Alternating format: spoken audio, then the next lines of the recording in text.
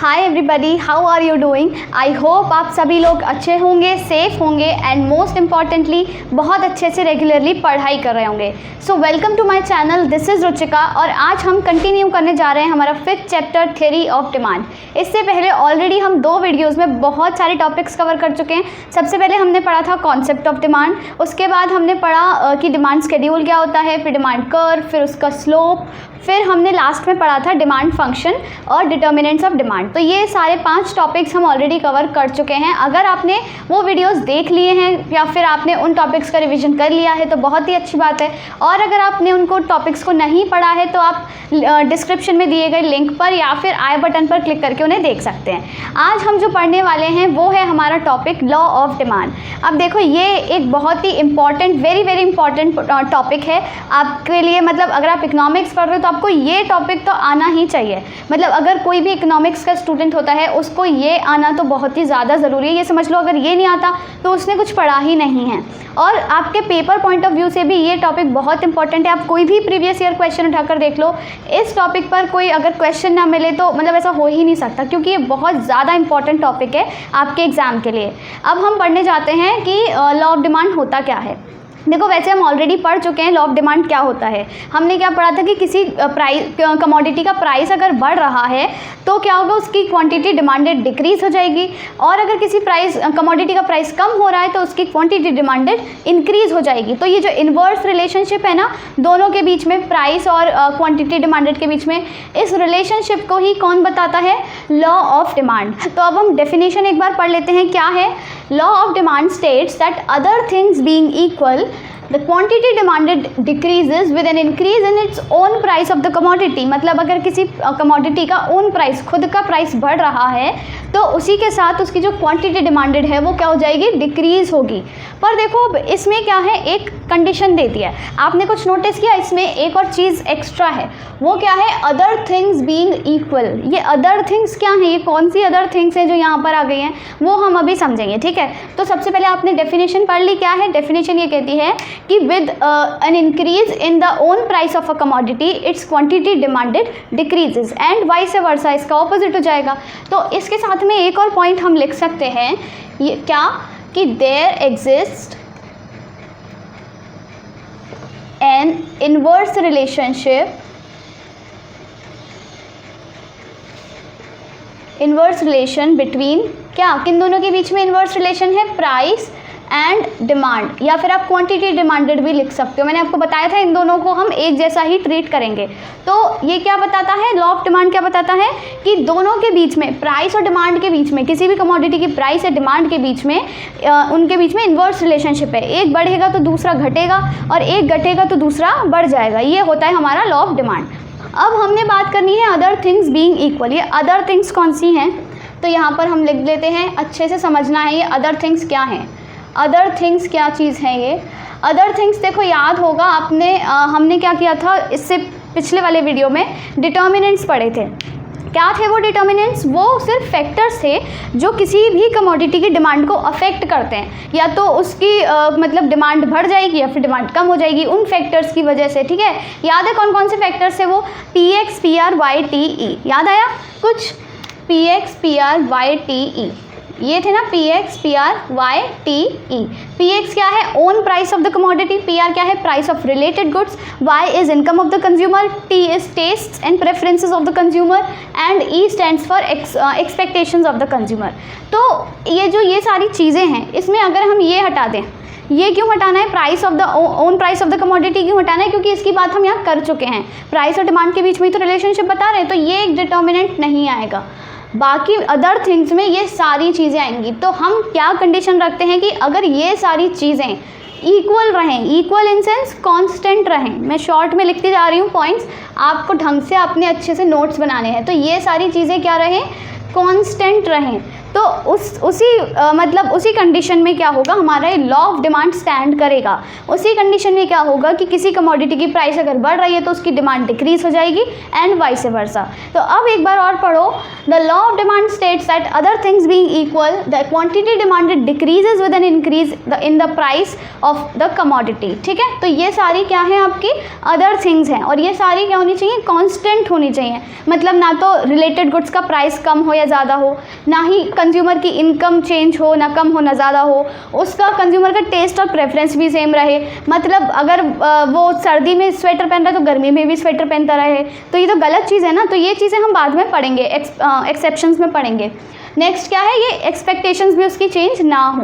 तो ये सारी चीज़ें क्या होनी चाहिए, कांस्टेंट होनी चाहिए, इक्वल होनी चाहिए, तभी हमारा लॉ ऑफ डिमांड स्टैंड करेगा. तो जब आप डेफिनेशन लिखोगे तो अगर आपने ये नहीं लिखा तो आपकी डेफिनेशन बिल्कुल इनकम्प्लीट रहेगी. तो आपको ये लिखना बहुत ज़रूरी है, अदर थिंग्स बीइंग कांस्टेंट या फिर अदर थिंग्स बीइंग इक्वल. तो ये हो गया, क्या हो गया हमारा लॉ ऑफ डिमांड. अब इसको हम एक छोटे से एग्जाम्पल के थ्रू भी समझ सकते हैं. वैसे मैंने आपको बहुत सारे एग्जाम्पल अभी तक दे चुकी हूँ. तो हम क्या करते हैं, हमेशा रियल लाइफ एग्जाम्पल लेते हैं. क्यों? क्योंकि इकोनॉमिक्स है ही ऐसा सब्जेक्ट जो हम अपनी रियल लाइफ से कनेक्ट करके ही समझ सकते हैं. सारी एक्टिविटीज़ जो हम कर रहे हैं वो हमारे इकोनॉमिक्स में ही हम स्टडी करते हैं. तो अब हम क्या करेंगे, वो नींबू वाला एग्जाम्पल ले लेते हैं. तो क्या हुआ कि ये है हमारे नींबू का प्राइस और ये है उसकी क्वांटिटी डिमांडेड. ठीक है, दो चीज़ें हो गई, प्राइस और ये क्वांटिटी डिमांडेड. प्राइस क्या है उसका, प्राइस मान लो पहले उसका प्राइस था 20 रुपये किलो, 20 रुपीज़ पर केजी. तो उसकी क्वांटिटी कितनी हम खरीद रहे थे, सपोज़ हम 100 नींबू खरीद रहे थे उसमें. ठीक है, 100 नींबू आ रहे थे, राइट. अब क्या हुआ, जब वो उसकी प्राइस बढ़ गई, प्राइस बढ़ के हो गई मान लो 50 रुपीज़ पर केजी, तो हम क्या कर रहे थे, और कम नींबू खरीद रहे थे. मान लो हमने 73 कर दिया. फिर हमने क्या किया, अब मतलब उसकी प्राइस और कम हो गई, अब दोबारा से कम हो के वो पर कितनी हुई, 35 रुपीज़ पर केजी. तो हमने क्या किया, अब अपनी क्वांटिटी बढ़ा दी, क्योंकि प्राइस कम हो गया तो हम क्वांटिटी को बढ़ा देंगे. तो हम क्या करेंगे, मान लो 87 खरीद रहे हैं. तो इस तरह से आप एक तरह से समझ सकते हो. अब हम अगर इसको ऐसे ग्राफ पे प्लॉट करेंगे, ये बस एक रैंडम फिगर्स लिए हैं, देखो मैंने तो एक मतलब बिल्कुल प्रॉपर ग्राफ पे मैं नहीं समझा पाऊँगी अभी. तो अगर हम इसका ऐसे ग्राफ प्लॉट करेंगे, अगर हम ऐसे ग्राफ प्लॉट करेंगे, वाई एक्सिस पे हमारा क्या हो गया, प्राइस, और एक्स एक्सिस पे क्या हो गई हमारी क्वांटिटी. तो हमारा डिमांड कर्व कुछ इस तरह से बनेगा. और डिमांड कर्व क्या होता है, हमेशा डाउनवर्ड स्लोपिंग होता है. डाउनवर्ड स्लोपिंग होता है, प्लस इसका जो स्लोप होता है वो हमेशा कांस्टेंट होता है. ठीक है, ये चीज़ समझ आ गई. एक क्वेश्चन मैंने पूछा था कि पिछले वीडियो में कि इसका स्लोप कांस्टेंट क्यों है, इसका आंसर आपने बताना था. तो आंसर ये है कि ये एक स्ट्रेट लाइन है, ये मैंने पहले भी पढ़ाया था. तो जैसे बजट लाइन का स्लोप कांस्टेंट होता है, क्यों, क्योंकि वो एक स्ट्रेट लाइन है. इसी तरह से ये भी एक स्ट्रेट लाइन है, तो इसका जो स्लोप है वो through out the line, through out the curve constant रहता है. तो यहाँ तक आपको चीज़ें क्लियर हो गई होंगी. तो हम क्या करेंगे, अब आपको लॉ ऑफ डिमांड तो समझ आ गया है कि क्या क्या चीज़ें हैं. ठीक है, तो आपने यही करना है बस कि एक तरह से पहले डेफिनेशन लिख देनी है. अगर आपसे पूछते हैं एक एग्जाम्पल दे दो और अच्छे से ग्राफ बना के एक्सप्लेन कर देना है. अब बात आती है इस लॉ ऑफ डिमांड के अजम्पशंस की. एक और चीज़ मैंने आपको बताई थी कि जो हमारी इकोनॉमिक्स है वो पूरे अजम्पशंस पर ही बेस्ड है. हम कोई भी लॉ, कोई भी थ्योरी पढ़ते हैं, उसके पीछे कुछ ना कुछ अजम्पशंस होते हैं, क्योंकि सारी चीज़ें रियल लाइफ में एक इसी तरह वर्क तो नहीं करती हैं. अब आपने बोला कि भाई कंज्यूमर की इनकम चेंज ना हो, ऐसा हो सकता है उसकी इनकम चेंज होगी, कम ज़्यादा होगी, तो उसके टेस्ट और प्रेफरेंसेस चेंज ना हो, तो ऐसा हो ही नहीं सकता. वो सर्दी में स्वेटर पहन रहा है, उसका टेस्ट और उसकी प्रेफरेंस चेंज हो गई, गर्मी में आके वो गर्मी में स्वेटर नहीं पहनेगा. तो इसीलिए हम इन चीज़ों को कांस्टेंट मानते हैं. और इस लॉ के कुछ अजम्पशंस भी हैं. ठीक है, इस लॉ के कुछ अजम्पशंस भी हैं. तो अब हम क्या करते हैं, इस लॉ के कुछ अजम्पशंस देख लेते हैं. सबसे पहले अजम्पशंस क्या हैं वो हम पढ़ लेते हैं. ठीक, तो सबसे पहला अजम्पशन क्या है हमारा, कि price of related goods remain constant, remains constant. मतलब जो रिलेटेड गुड्स हैं उसके प्राइस वो क्या रहेंगे, कांस्टेंट रहेंगे हमेशा. नेक्स्ट है हमारा income of the consumer, income of the consumer does not change, does not change. मतलब जो हमारा कंज्यूमर है उसकी इनकम भी चेंज नहीं होगी. थर्ड हमारा है जो टेस्ट और प्रेफरेंसेस हैं कंज्यूमर के, जो टेस्ट और प्रेफरेंसेस हैं वो भी क्या रहेंगे, कांस्टेंट रहेंगे. Taste and preferences of the consumer remain constant. ये हो गया हमारा थर्ड असम्पशन. और हमारा एक लास्ट असम्पशन ये है कि the consumer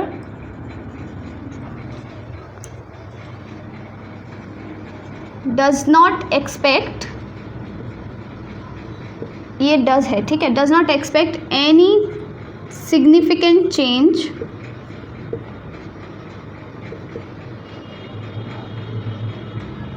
in the availability of the commodity, availability of the good मैं लिख देती हूँ, इन नियर फ्यूचर, ठीक है। मतलब जो हमारा कंज्यूमर है वो कुछ चीज़ एक्सपेक्ट नहीं कर रहा है, मतलब अवेलेबिलिटी, उस प्रोडक्ट की अवेलेबिलिटी को लेकर उसमें जो चेंजेस होंगे वो सब एक्सपेक्ट नहीं कर रहा है, जो फ्यूचर में चेंजेस होंगे। अब आप एक चीज़ नोटिस करो कि ये सारे अजम्पशंस क्या हैं, ये किसकी बात कर रहा है, प्राइस ऑफ रिलेटेड गुड्स की, ठीक है, जो हमने अभी यहाँ पढ़ा। फिर ये किसकी बात कर रहा है, इनकम ऑफ द कंज्यूमर की, जो अभी हमने फिर से यहाँ पढ़ा।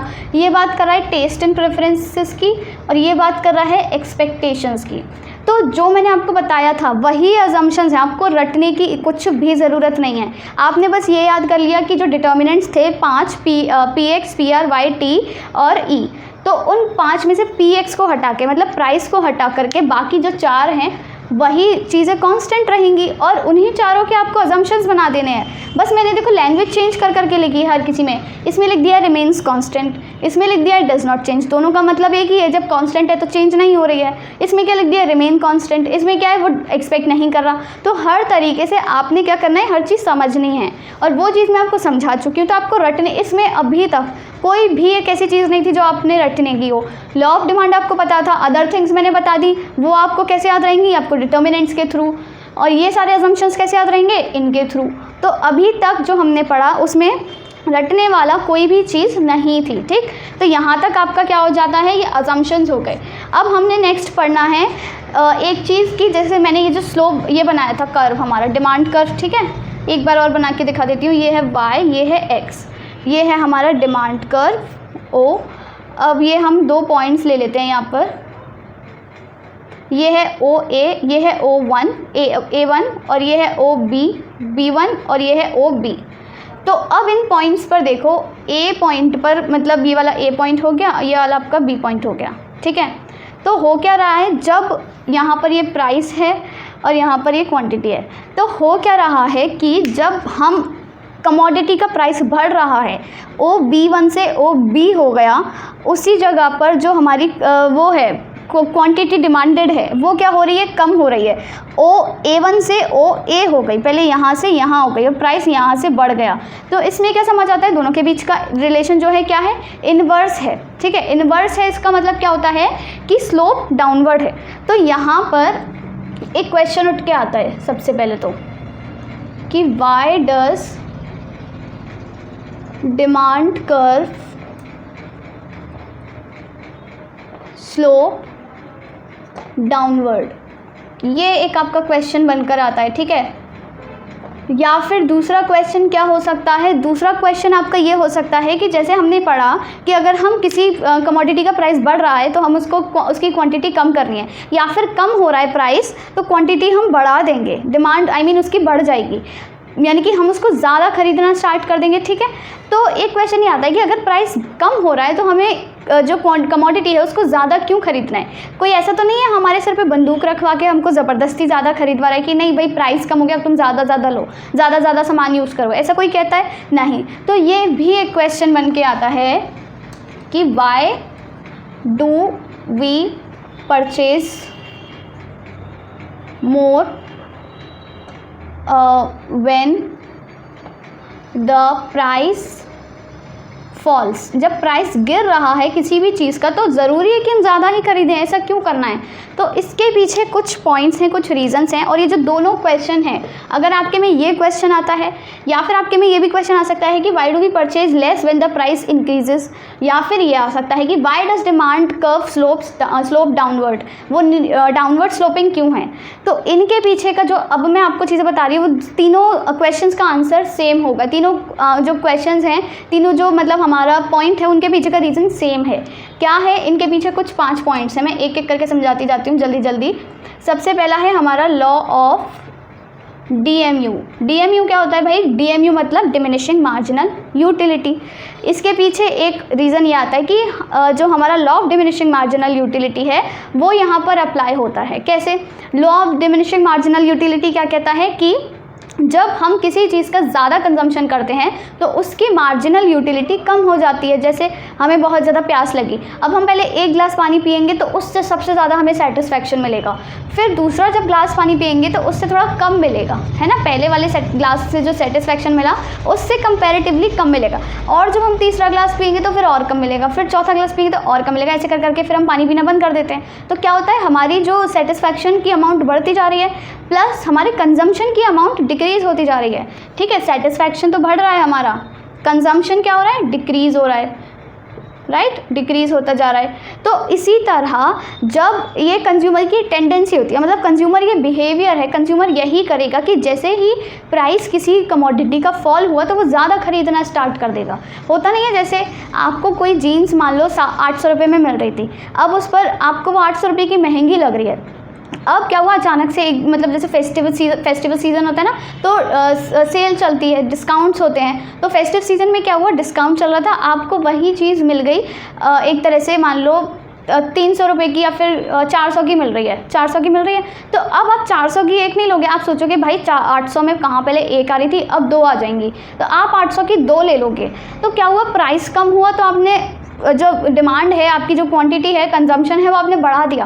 तो ये एक ह्यूमन टेंडेंसी होती है कि जब प्राइस कम हो जाता है तो हम अमाउंट बढ़ा देते हैं, हमारी डिमांड बढ़ जाती है, प्लस हम जब प्राइस बढ़ जाता है तो हमारी डिमांड कम हो जाती है। तो पहला तो आपका ये था, ठीक है। सेकेंड रीज़न आपका क्या आता है कि यहाँ पर इनकम इफेक्ट होता है, इनकम इफेक्ट। अब ये इनकम इफेक्ट क्या है, इनकम इफेक्ट वो इफेक्ट है कि जब किसी भी कमोडिटी का प्राइस चेंज होता है तो उस प्राइस में चेंज होने से हमारी रियल इनकम चेंज होती है, और फिर उस रियल इनकम के चेंज होने से जो डिमांड पे फ़र्क पड़ता है उसको हम इनकम इफेक्ट कहते हैं। किसे कहते हैं, एक बार और समझ लेते हैं कि जैसे हमारा प्राइसेस में चेंज हुए, प्राइस में चेंज हुआ तो हमारी क्या हुई, जो रियल इनकम है, रियल इनकम हमारी चेंज हो गई। उस रियल इनकम के चेंज होने से जो हमारी डिमांड चेंज हो रही है इसको हम कहते हैं प्राइस इफेक्ट। अब आप लोग कहोगे कि रियल इनकम क्या होता है, सिर्फ इनकम हमने पढ़ा था वो कांस्टेंट रहती है, तो अब ये रियल इनकम क्या है, रियल इनकम क्या है। देखो इसमें भी इनकम तो कांस्टेंट रहेगी, इनकम है मान लो आपकी 100 रुपये, ठीक है, इनकम है आपकी 100 रुपये। अब क्या हुआ, इन 100 रुपये में से आप क्या करते हो, कोई एक कमोडिटी 30 रुपये की खरीदते हो, ठीक है। मान लो 30 रुपये की आपने कमोडिटी खरीदी, कोई भी गुड एक्स खरीद दिया, यहाँ पे लिख देते हैं गुड एक्स आपने 30 रुपये का खरीद लिया, बचे कितने आपके पास, 70 रुपये बच गए। तो ये आपकी क्या कहलाएगी, 70 रुपये आपकी रियल इनकम कहलाएगी, ठीक है। मतलब वैसे तो आपकी 100 रुपये है इनकम, 100 रुपये है इनकम, पर उसमें से आप कुछ खर्च भी तो कर रहे हो। आप जितनी सैलरी होती है वो सारी की सारी अपनी जेब में तो नहीं रख लेते, तो कुछ खाना पीना, कपड़े पहनना, रहना, कुछ भी, हर चीज़ में कुछ ना कुछ तो खर्चा होता ही है। तो इसी तरह 100 रुपये में से एक इंसान 30 रुपये अपने बाकी सब में खर्च कर देता है, 70 रुपये उसके पास बचते हैं। तो वो जो बचता है, जो उसकी एक तरह से सेविंग्स कह लो आप, जो पैसा उसके पास बच रहा है वो रियल इनकम है। अब क्या हुआ, पहले वो जो कमोडिटी थी वो 30 रुपये की थी तो उसके 30 के खर्च होते थे। अब उस कमोडिटी का प्राइस चेंज हो गया, मान लो बढ़ गया, बढ़ के मान लो हो गया 50 रुपये, ठीक है। तो अब जब वो 100 में से 50 खर्च कर देगा, इनकम कांस्टेंट है, 100 में से जब वो 50 खर्च कर देगा उसके पास कितने बचे, 50 रुपये बच गए। तो इसकी अब रियल इनकम डिक्रीज़ हो गई। प्राइस बढ़ा, प्राइस तो बढ़ा है, रियल इनकम डिक्रीज़। यहाँ पे देखो, यहाँ पे लिख देती हूँ, प्राइस क्या है, इंक्रीज़ हुआ है, प्राइस इंक्रीज़ हुआ है, रियल इनकम क्या है, डिक्रीज़ हो गई है। अब जब रियल इनकम डिक्रीज़ हो गई और इसका प्राइस बढ़ गया तो आप क्या करोगे, जो भी आप सामान खरीद रहे हो, जैसे ये वाला जो सामान खरीद रहे थे गुड एक्स, उसकी डिमांड क्या करोगे, कम कर दोगे, कम ही तो कर दोगे। आप सोचोगे यार मेरे पास से पहले तो 70 रुपये बचते थे, मतलब मेरी सेविंग 70 रुपये हो जाती थी, अब मेरे पास सिर्फ 50 रुपये बच रहे हैं, तो मैं ऐसा करता हूँ कम सामान खरीदता हूँ। तो आप 50 की जगह थोड़ा कम का खरीद लोगे, जिससे कि आपकी रियल इनकम मतलब उतनी ही रहे, आप उसको भी उतना ही रखना चाहते हो। तो इस तरह से क्या होता है, प्राइसेस में चेंज हुए, उससे क्या हुआ, रियल इनकम में चेंज हुआ, रियल इनकम से आपकी डिमांड पर जो इफेक्ट पड़ा उस इफेक्ट को हम कहते हैं इनकम इफेक्ट। आई होप अब आपको समझ आया होगा कि इनकम इफेक्ट क्या होता है। मतलब प्राइस में चेंज हुआ, यहाँ पे समझ लो प्राइस में चेंज हुआ, रियल इनकम में चेंज हुआ, और उस रियल इनकम के चेंज से जो हमारी डिमांड पे फ़र्क पड़ जाता है उसी को हम क्या कह देते हैं, इनकम इफेक्ट, राइट। अब हमारा जो तीसरा पॉइंट आता है, तीसरा रीज़न कि ये सब चीज़ें क्यों हैं, ये क्वेश्चंस का आंसर चल रहा है, ठीक है। अब तीसरा रीज़न क्या आता है हमारा, substitution effect. Substitution effect. Substitution effect और कुछ नहीं है, जो हमने वो पढ़े थे ना सब्स्टिट्यूट गुड्स, उन्हीं से रिलेटेड है, इनफैक्ट वही है एक तरह से, ये समझ लो। सब्स्टिट्यूशन इफेक्ट में क्या होता है, मतलब वो इफेक्ट जो कोई भी दो सब्स्टिट्यूट गुड्स के थ्रू पड़ रहा है किसी भी कमोडिटी की डिमांड पर। कैसे, मान लो ये दो गुड्स हैं एक्स और वाई, ठीक है, ये दो गुड्स हो गए आपके एक्स और वाई। अब ये क्या है, एक दूसरे के सब्स्टिट्यूट्स हैं। अब एक्स का प्राइस मान लो बढ़ गया, ठीक है, जैसे ऐसे मान लेते हैं, एग्जांपल ले लेते हैं, ये है कमोडिटी 40 रुपये की, ये है कमोडिटी 50 रुपये की। एक्स है 40 का, वाई है 50 का। आप एक्स कंज्यूम करते हो पहले से, अब क्या हुआ, इसका प्राइस बढ़ गया, इसका प्राइस बढ़ गया मतलब बढ़ के कितना हो गया, मान लो 55 रुपीज़ हो गया। इसके प्राइस में कोई चेंज नहीं आया, तो क्या होगा, लोग इधर से इधर शिफ्ट हो जाएंगे। सब्स्टिट्यूट गुड्स में क्या होता है, जैसे टी, कॉफ़ी मैंने बताया था, या फिर कोल्ड ड्रिंक्स में जैसे हमने क्या एग्जांपल लिया था, कोक और पेप्सी।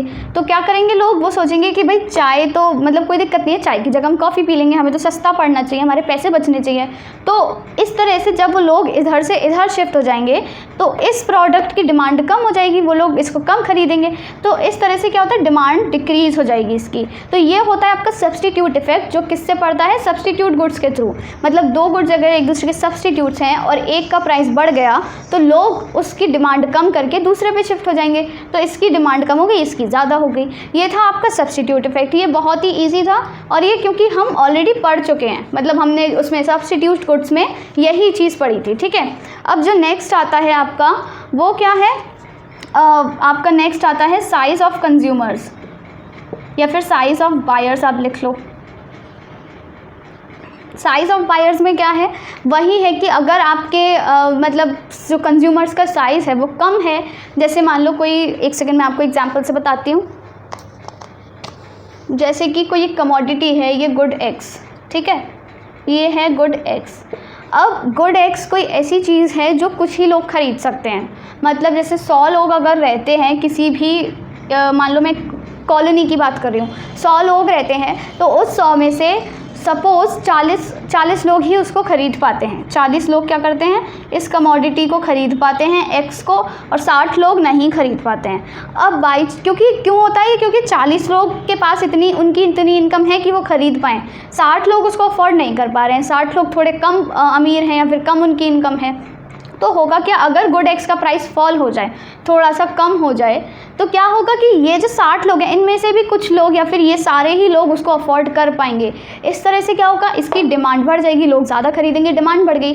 तो इस केस में ये होता है, अगर कंज्यूमर्स मतलब साइज़ ऑफ कंज्यूमर्स अगर आपका ऐसा है कि जैसे कुछ लोग नहीं खरीद पा रहे हैं और फिर अचानक से प्राइस फॉल हो जाए किसी कमोडिटी का, तो और भी लोग खरीद पाएंगे। सपोज़ जैसे एक एग्जांपल लेते हैं, जैसे महंगी लग्जरी जो कार्स होती हैं, ठीक है, जैसे मर्सिडीज़ हो गई आपकी, ऑडी हो गई, ठीक है, तो इनमें क्या होता है, ये बहुत महंगी आती हैं। तो अगर हम लोग आम लोग नहीं खरीद सकते हैं, बहुत ही ज़्यादा जो रिच लोग होते हैं वो खरीद पाते हैं। तो क्या हुआ कि अगर मान लो बाई चांस कभी ऐसा हुआ कि इनका प्राइस बहुत ज़्यादा डिक्रीज़ हो गया, एक स्लीक डिक्रीज़ आया इन लोगों में, मतलब इन कार्स में, इन कार्स के प्राइस में, तो हमारी जैसी जनता, आम जनता भी खरीद पाएगी, और जब हम लोग भी खरीद पाएंगे तो उसकी डिमांड बढ़ जाएगी, ठीक है, डिमांड बढ़ेगी, ज़्यादा से ज़्यादा लोग खरीदेंगे।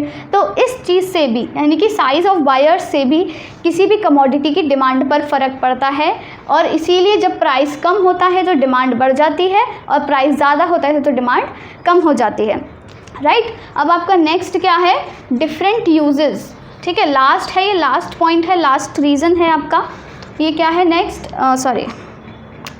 लास्ट क्या है point, different uses. Different uses क्या है, जैसे कोई एक प्रोडक्ट है, कोई एक कमोडिटी है, मैंने क्या बताया था, किसी भी हमारे इकोनॉमी में जितने भी गुड्स हैं, जितने भी रिसोर्सेज हैं, उनके क्या है, मल्टीपल यूजेस हैं, ऑल्टरनेटिव यूजेस हैं। एक चीज़ को हम एक ही तरह से यूज़ नहीं कर सकते। जैसे आप दूध का एग्जांपल ले लो, मिल्क का, उसे क्या करते हैं, हम दूध पीने के लिए भी यूज़ कर लेते हैं, उससे हम पनीर बना सकते हैं, उससे हम घी बना सकते हैं, उससे मलाई बना सकते हैं, बटर बना सकते हैं, बहुत सारी मिठाइयाँ बनती हैं दूध से। तो लोग किस किस चीज़ में दूध यूज़ नहीं करते हैं। अब सपोज़ एक कोई फर्म है, कोई एक फैक्ट्री है, वो क्या करती है, दूध से सिर्फ पनीर बनाने में इस्तेमाल करनी या फिर दूध बेचने में इस्तेमाल करती है सपोज़। अब वो दूध बेचती है, अचानक से क्या हुआ, दूध का प्राइस कम हो गया, तो वो सोचेगी ऐसा करते हैं कि हम ना पनीर बनाना भी स्टार्ट कर देते हैं। पनीर बनाना जब वो स्टार्ट करेंगे तो उसके लिए थोड़ा सा तो दूध चाहिए होगा, तो इसी तरह क्वांटिटी डिमांडेड इंक्रीज़ हो जाएगी। वो सोचेंगे कि ऐसा करते हैं पनीर भी बनाना स्टार्ट कर देते हैं, दूध के जो दाम है ना कम हो गए, ज़्यादा ले आएंगे, पनीर भी बनाएंगे तो हमारी डबल बिक्री हो जाएगी, दूध भी बिकेगा पनीर भी बिकेगा। तो प्राइस कम हुआ, उन्होंने ज़्यादा खरीदा, इस तरह से उसकी जो प्रोडक्ट है मिल्क है उसकी क्वांटिटी डिमांडेड इंक्रीज़ हो जाएगी। तो ये कुछ रीजंस हैं, इनकी वजह से क्या होता है, ये जो क्वेश्चन था why do we purchase more when the price falls, तो ये रीज़न था कि किसी भी कमोडिटी का अगर प्राइस कम होता है तो हम उस कमोडिटी को ज़्यादा क्यों खरीदते हैं। ये सारे पॉइंट्स थे, law of diminishing marginal utility, income effect, substitution effect, size of buyers, और नेक्स्ट इज आपका डिफरेंट यूजेस। इनकम इफेक्ट थोड़ा सा कंफ्यूजिंग हो सकता है, वो आपको याद रखना है। उसमें क्या था कि प्राइस अगर हम किसी भी कमोडिटी का चेंज हो रहा है उससे क्या होगा, रियल इनकम चेंज हो जाएगी, और रियल इनकम के चेंज से जो डिमांड पे फ़र्क पड़ता है, डिमांड में चेंज आता है, उसी को हम क्या कहते हैं, हमारा इनकम इफेक्ट। और अगर आपको ये क्वेश्चन आता है कि why does demand curve slope downward, तभी भी आपको ये सारे पॉइंट्स लिखने हैं इलेबोरेट करके। तो आई होप आपको यहाँ तक की सारी चीज़ें समझ आ गई होंगी। अब हम मूव करते हैं हमारे नेक्स्ट टॉपिक पर। अब हमको क्या पढ़ना है, इस लॉ के एक्सेप्शंस क्या हैं। तो अभी तक हमने क्या पढ़ा कि लॉ ऑफ डिमांड क्या होता है, उसके अजम्पशंस क्या हैं, इसके पीछे का रीज़न क्या है कि ये क्यों एग्जिस्ट करता है। नेक्स्ट इज कि हम इसके एक्सेप्शंस क्या हैं, मतलब किस किस केस में ये लॉ डिफाई कर जाता है या काम नहीं करता। तो सबसे पहला जो आपका पॉइंट है, सबसे पहले तो आप ये समझ लो कि लॉ ऑफ डिमांड क्या था, मतलब एक तरह से हम समराइज़ कर लेते हैं जल्दी से। लॉ ऑफ डिमांड आपका क्या था, यहाँ पर देखो ये क्या है, लॉ ऑफ डिमांड आपको क्या बताता है कि किसी भी कमोडिटी का जो प्राइस है और जो उसकी क्वांटिटी है उसमें क्या होता है, एक नेगेटिव रिलेशन है। नेगेटिव रिलेशन कैसे है, अगर उस कमोडिटी का प्राइस कम हो गया, यहाँ पर देखो ये कम हो गया, तो क्वांटिटी क्या होगी, बढ़ जाएगी, यहाँ से यहाँ आ जाएगी। तो ये बताता है हमारा लॉ ऑफ डिमांड। साथ ही साथ ये एक और चीज़ क्या बताता है कि जो कर्व है डिमांड कर्व वो डाउनवर्ड स्लोपिंग है। डाउनवर्ड स्लोपिंग मतलब इनके बीच में नेगेटिव रिलेशन है, और ये कैसे डाउनवर्ड स्लोपिंग है, और लेफ़्ट टू राइट। तो ये सारी चीज़ें हमने पढ़ी। अब हमें पढ़ना है कौन कौन से ऐसे केसेस हैं जहाँ पर ये काम नहीं करेगा। तो देखो 3 केसेस हैं। सबसे पहले मैं लिख देती हूँ सारे, आर्टिकल्स ऑफ डिस्टिंक्शन। ठीक है, आर्टिकल्स, रुको ये तो पेन काम नहीं कर रहा, आर्टिकल्स ऑफ डिस्टिंक्शन। ठीक है, सबसे पहला आपका आता है articles of distinction. Articles of distinction क्या होते हैं, देखो वो गुड्स, मतलब कुछ ऐसे गुड्स होते हैं जिनकी डिमांड है ही इसीलिए क्योंकि उनका प्राइस ज़्यादा है। अगर उनका प्राइस कम हो गया तो वो आर्टिकल्स ऑफ डिस्टिंक्शन नहीं कहलाएंगे और उनकी डिमांड जो है वो श्रिंक हो जाएगी, कम हो जाएगी। तो इसीलिए जब उनका प्राइस ज़्यादा है इसीलिए उनकी डिमांड ज़्यादा है, और उनका प्राइस कम हुआ तो उनका डिमांड भी कम हुआ।